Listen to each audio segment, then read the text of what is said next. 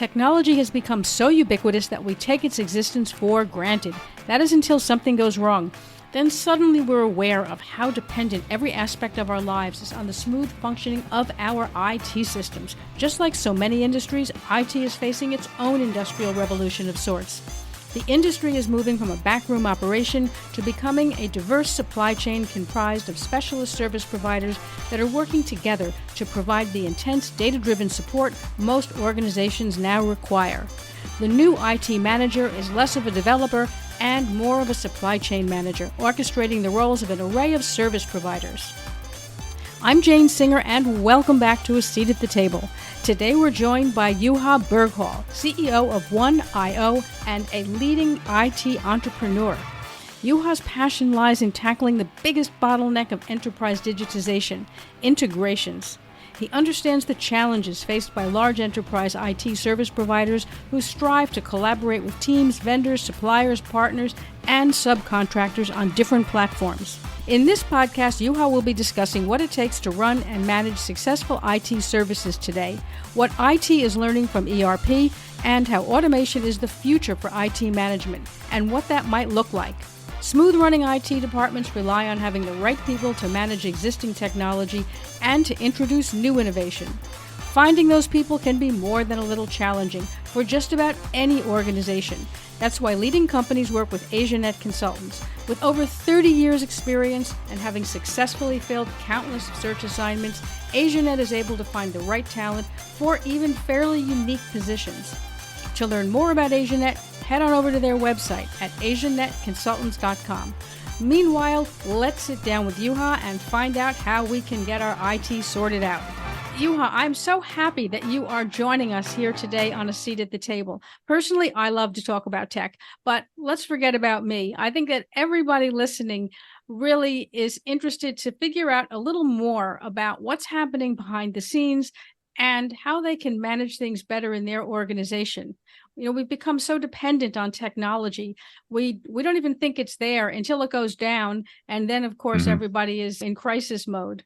Yeah, that's true. And great to be here, since certainly there has been a lot of changes recently. And of course, across let's say 10, 15 years, like in tech and specifically in enterprise IT, where I'm coming from. Yes, absolutely. Now, I think that, as we were discussing, most people don't even really think about tech because it just runs in the background on everything we do. And because we don't see it, we just really don't even, I'm not saying we don't know it exists, but we're not as conscious of it. What do you think that people either don't understand or maybe misunderstand about running a reliable IT? Well, I guess that depending, I think it's a generation thing as well. So okay. People are expecting certain things from IT. I think people my age, like you are 40, 50, somewhere there, you kind of expect that you don't expect everything to be instant. Right. You know that it's complex. So because you've been there with C cassettes and CDs and stuff like that. And then the generations after who are now working, they expect everything to be instant. And I think that's one of the challenges that people in enterprise IT have. Like, they try to explain that it's not that straightforward, like it's complex, and that's also sort of I guess a little bit of branding and what is the mission of IT in general in an enterprise. Right. Yeah, I think it's a really good thing that it becomes this like the expectation from the customers is that it's instant, that it's always on. Right. Right. Now, from your experience, and you've had vast experience working in enterprise IT, what does it really take to run and manage IT services? I know that's like a big topic, but if you could just summarize it or give us sort of a bird's eye view, a snapshot view. Yeah, well, at the moment, and the way enterprises have been acquiring and running ITs, it's more and more going into this multi-sourced approach that you need to work with different kind of external parties, since you don't own data centers anymore. Right. So you outsource, you use a lot of things on cloud. So it's more turning into the managing external supply chains of IT rather than owning and running the IT yourself. And that's a totally different skill set, but also different approach. Which in turn, I guess that there are a lot of things that IT enterprise IT can learn from supply chain management and ERP kind of approach, which is essentially about managing sort of a order delivery chains.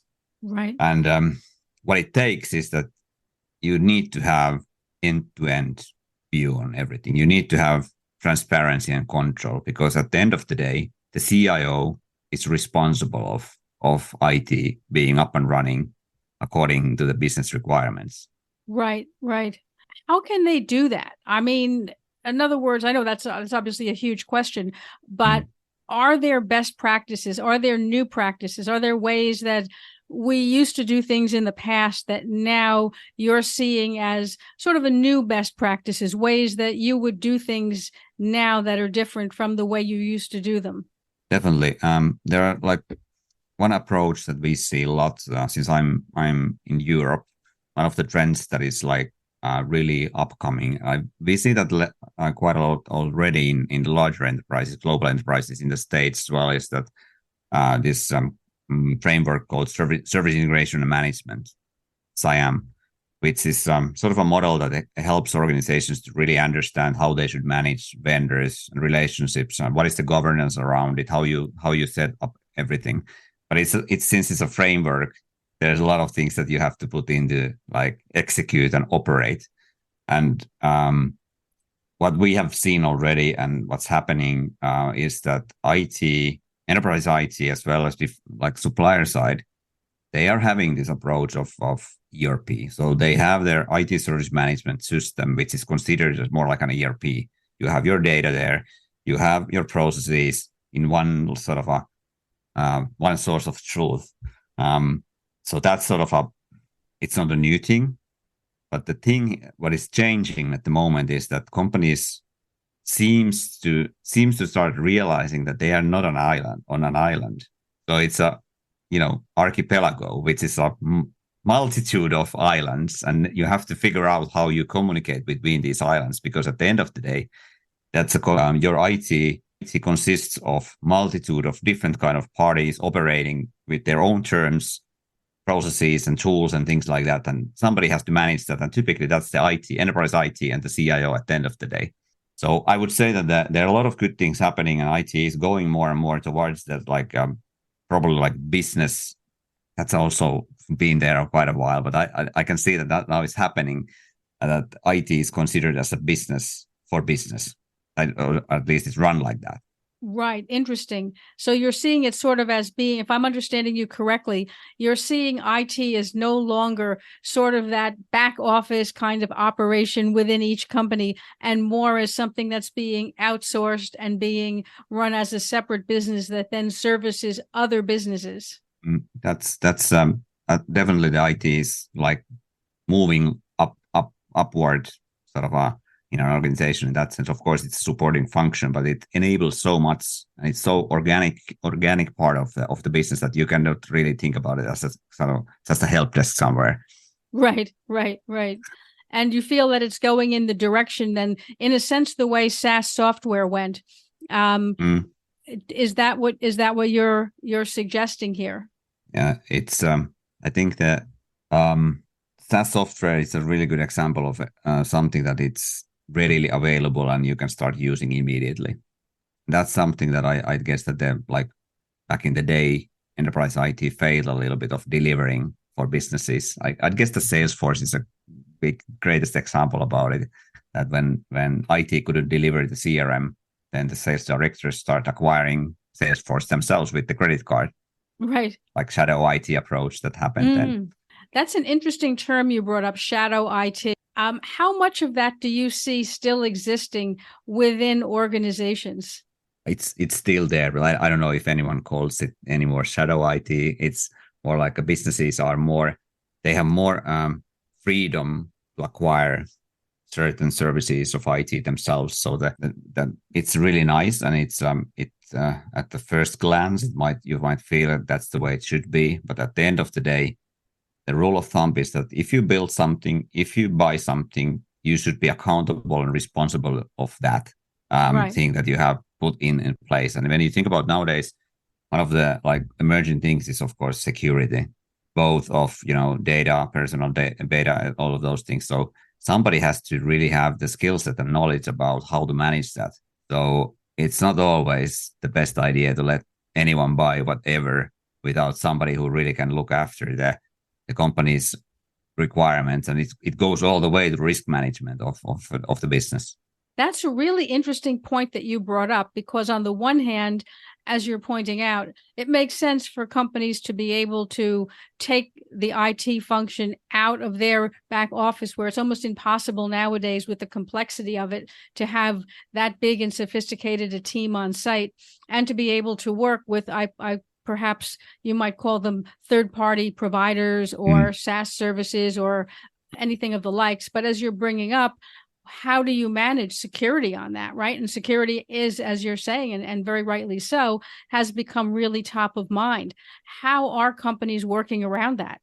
Well, that's something that about what we discussed earlier about IT's role. They should be the experts for business in this area. So what we have seen, and I've seen like recently happening, is that the IT teams are not anymore the best.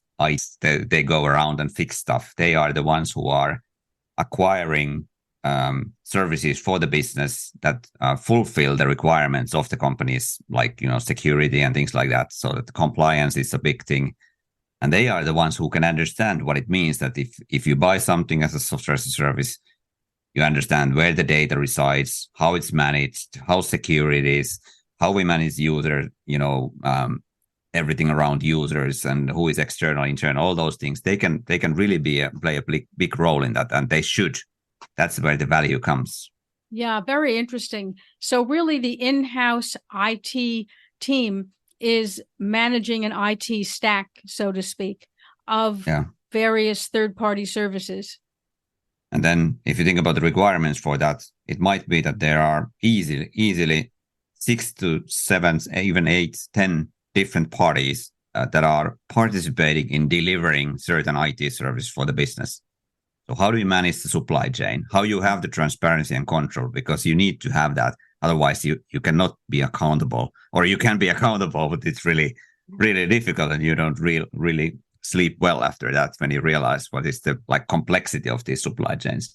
That's what I was saying, that you could learn a lot from ERP and supply chain management, have the fully integrated supply chains, that you have your own way of working. And then actually one of the things that we've seen because of these things that we discussed is that enterprise IT who are mature enough, they expect their suppliers to adapt to their way of working. And that means processes, different kind of governance models and things like that. And that puts the suppliers in an interesting position, because they have their own factory of IT, which is efficient, which is like everything, because they do IT as business. And if they start trying to tailor-made their delivery services, for instance, per every customer, it takes away the scalability. And of course, then the price and things like that get complex. And that sort of gives them, I think the whole sort of a balance in IT delivery has been changing because of that. Like, who calls the shots? Typically it's the customer, but then again, customer pays the price if they are too complex and things like that. I think that's a really interesting way to look at it, because a lot of people who are listening to this show really work hands-on in supply chain management for physical products. So they understand the nuances and the challenges and the complexity of working with so many different suppliers and vendors across multiple different physical locations. And like you say, the need for transparency, maybe the security isn't quite as heightened as it is with IT, but certainly there is a tremendous pressure for transparency and traceability and so forth. Yeah. And of course, we take that for granted, or at least those of us who work with that on physical goods. And we don't really think about how that is actually shaping IT, right? Of course, we think about security around IT. There's a tremendous amount of conversation around that, but we don't think about how the different vendors are going to work together with the customer. And like you're saying, the fact that the more customization you want, the less scalable that's going to be for the provider. Hence, you're going to have to pay a bit more, or maybe a lot more. Indeed, indeed. So, Funny thing about this like ERP, if you think about the business side of things, you have your ERP system, global ERP system up and running. IT runs that. right. Yes, of course. So, and then you go thinking, okay, what does the digitalization mean for IT? And I've seen this still as of today, IT operates with phone and email, and they support these global ERP systems that are fully automatic supply chains, and they sort of support it with emails going back and forth and a lot of phone calls, and it's really manual. So they really need to get rid of these manual work and tasks and you just cannot handle the requirements of business critical systems by having these manual processes that are dependent on human beings doing or forgetting doing something in the middle. That's what I mean about the supply chain of IT, that you really need to have the automatic exchange of order and delivery data and process. Interesting. Do you think that's an area where AI is going to play a key role, or do you think that a different kind of technology is going to be needed to make that happen? We're going to take a quick break now, and then we'll be right back. We were hiring when we were making 50 to 100K monthly losses. And why? Welcome to episode 1. I can't think of a single founder who's been around for a decent amount of time in business who hasn't had their tunnel of year. This was that year. We're going to be okay, yeah, Sheree. Some are going to hear this and think, you TDP. But hear me out. You only have to do the math to understand that very soon we were $500,000 down. Yes, definitely AI will play very, very interesting sort of a role in that. One of the challenges that AI has is that it needs context. Right. And in the world of IT, let's take an example of IT support, for instance. There's hardly any standards like EDI in ERP world. It's sort of a standard way of exchanging information, not entirely, but it's somehow defined. But think about IT support, the definition of tickets and things like that, the data models, they are always custom made. So for AI, having the context in place is super, super important in order to be efficient and not hallucinal. So that's, I think it plays a really big role, but I don't know if it's feasible yet because of lack of context. Right. It's a good point, because on the one hand, as you're saying, for automation, for a lot of these things to work, you need that standardization, right? That context. And yet at the other side of things, right, from a buyer or consumer demand, it's for more personalization, right? More customization. Yeah. So you sort of have two things that are working at cross purposes. True. Is there a way? I don't know. Maybe nobody has figured it out. How to balance those two requests? Yeah, well, AI can help in that, but it's also, there are like technologies in place that can adapt into different kind of requirements and automatically sort of translate this like super customized data models into the models that is then compatible with the other side, so to speak. And this is really like essential in especially in IT supply chain because of this lack of standards. And then you have to somehow map data flows. That's actually something that we also do at 1IO, something that we have been innovating for years to help the supply chains to be more like integrated. And it certainly takes a lot of tech and everything that, like, processing power when it comes to the cloud and stuff like that. Nowadays it's possible to automate these things. You talk about data integration, and that's a very huge topic, and we probably don't have time to really, really get deep into that. But you do talk about how that causes bottlenecks, and you're right. You don't realize how different sources of data can be, and how time-consuming and complicated it is to really integrate them, particularly when you have to do so in real time. What do you see happening around that? Automation. That's what's happening, and that's something that integration space is one of the laggers in IT. I guess that it's really lagging behind. The business models are really old-fashioned. it's based on project-based model where somebody comes in and builds something, and it requires a lot of different competencies. Hence, it's really expensive and slow. And then somebody has to run that. Right. So if you think about enterprise digitalization in general, integrations are the biggest bottleneck, because in order to digitalize, you need to have systems integrated, applications should talk to each other. And when it gets to this like complex multi-point setups, it's really, really, really expensive and cumbersome, almost impossible. So what we see, and I see at the moment, is that there's gonna be, and it's needed actually and required, sort of an industrial revolution, so that we move away from this like manual labor of building and maintaining integrations, and we automate the delivery part by using, of course, like different kind of cloud technologies, but AI helps a lot on that.